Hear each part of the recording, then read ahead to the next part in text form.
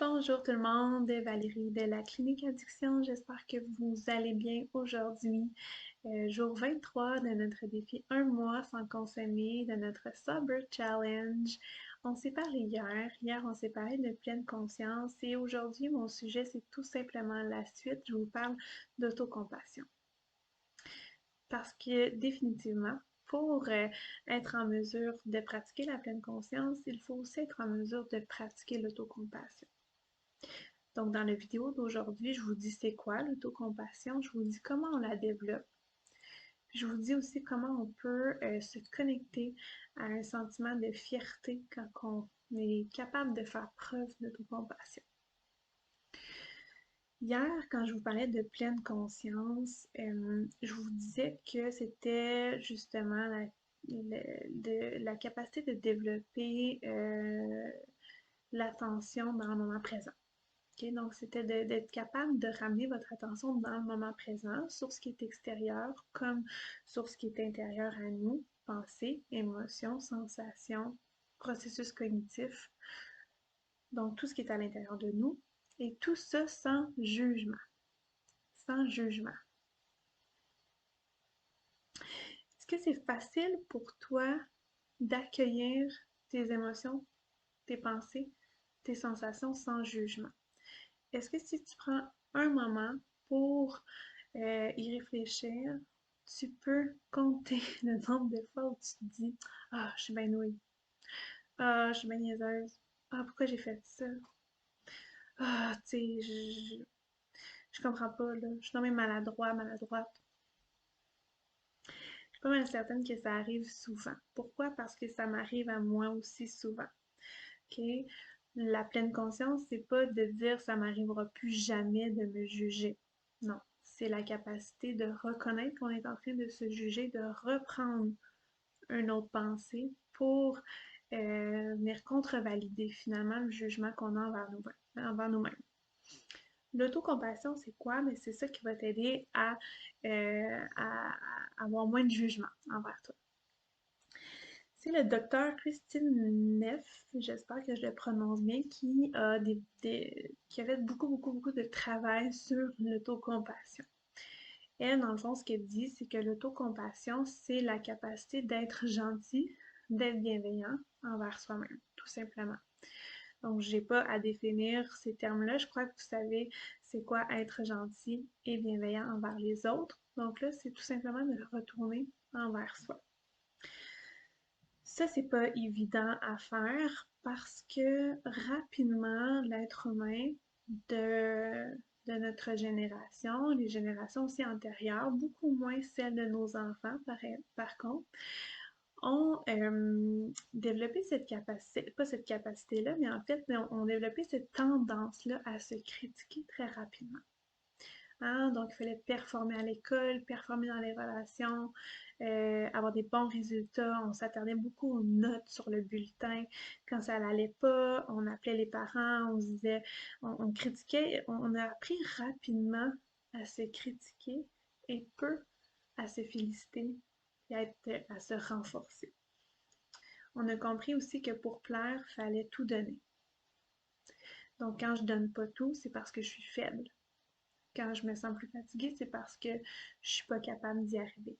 Hein? Donc, c'est tellement facile de rentrer dans une dynamique de jugement envers soi parce qu'on a appris un peu à faire ça. Donc là, ce que je te demande aujourd'hui, c'est un petit peu de déconstruire cet apprentissage-là. Ce ne sera pas facile, mais ça peut se faire. Parce que dès maintenant, tu vas être capable d'avoir ça dans ta conscience. Dès que tu vas te traiter de nouille ou de maladroit, tu vas te dire Ah, mais non, je ne veux pas me juger, là. Je veux m'accueillir avec bienveillance. Donc, le défi, c'est ça. Pour développer l'autocompassion, bien évidemment, il faut être bienveillant envers soi-même. Donc, pour ça, je vais te demander de t'imaginer un enfant qui pleure dans un parc, exemple. Il est tout seul puis il pleure. Qu'est-ce que tu fais? Tu vas probablement aller le voir. Tu vas probablement lui demander qu'est-ce qui se passe. Tu vas vouloir l'aider à retrouver ses parents. Tu vas vouloir finalement le soutenir, le tenir par la main jusqu'à temps qu'il retrouve un état de bien-être. Mais l'autocompassion, la bienveillance envers soi, c'est ça. c'est la capacité de te traiter comme tu traiterais un enfant qui pleure. Hein, on s'entend que tu ne dirais pas à l'enfant qui pleure, va te faire une ligne de coke ou va prendre un petit verre, ça va se régler. Pourquoi tu le fais avec toi-même? C'est un petit peu ça que je veux te faire comprendre. C'est d'être capable de juste tout simplement t'accompagner puis prendre soin de toi, tout comme tu le ferais pour les autres. Sinon, comment on développe l'autocompassion? C'est en développant un sentiment d'humanité commune.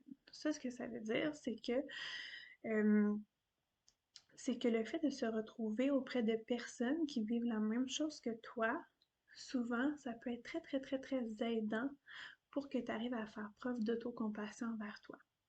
OK, donc d'entendre des situations qui ressemblent aux tiennes, d'entendre des difficultés qui ressemblent aux tiennes, d'entendre des solutions, des stratégies, des techniques des autres, de toi-même offrir ce bagage-là que tu as aux autres, ça peut réellement contribuer à ce que ce soit plus facile pour toi de faire preuve d'autocompassion envers toi. Et finalement, la dernière chose, c'est, comme je l'ai dit hier, de pratiquer la pleine conscience, donc d'être en mesure d'être dans l'ici, maintenant, d'observer ce qui se passe dans le moment présent.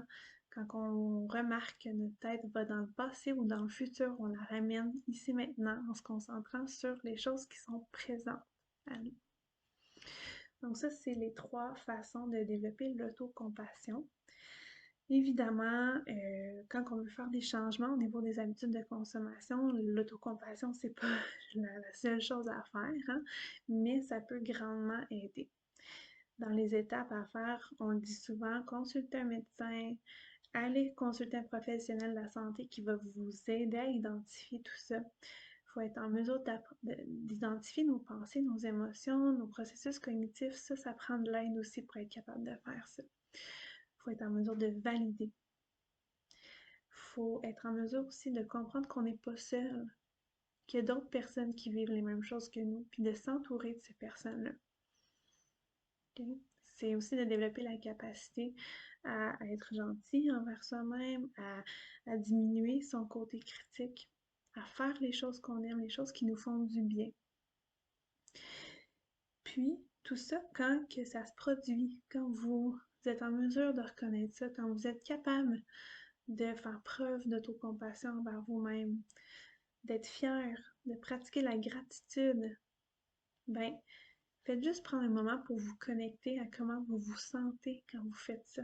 Comment je me sens quand je fais quelque chose puis que ça me fait du bien puis que je suis fière de moi. Ou comment je me sens quand je me sens un peu moins bien mais que je m'accueille là-dedans puis que je me donne le droit. Mais c'est un sentiment de fierté là qui vient. Puis ce sentiment de fierté-là, mais c'est un petit peu ça ta flamme qui va te donner le goût de continuer de faire preuve d'autocompassion. Puis plus tu es fier de toi, plus tu peux avancer, puis plus tu as confiance en tes capacités de faire un changement. Donc, voilà, c'est un peu à ça que ça sert l'autocompassion. C'est pas facile à mettre en place. Avec la pratique, ça se fait de mieux en mieux. Si toi, tu utilises des stratégies pour faire preuve d'autocompassion envers toi, j'aimerais ça les connaître. Donc, si tu veux commenter, gêne-toi pas. Si tu as aimé la vidéo, like, partage. Si ce n'est pas déjà fait, tu peux rejoindre notre communauté privée sur Facebook, Clinique Addiction-groupe privé. Donc, ça a été un plaisir pour moi aujourd'hui de vous parler d'autocompassion et on se revoit dans une prochaine capsule vidéo. Bonne journée!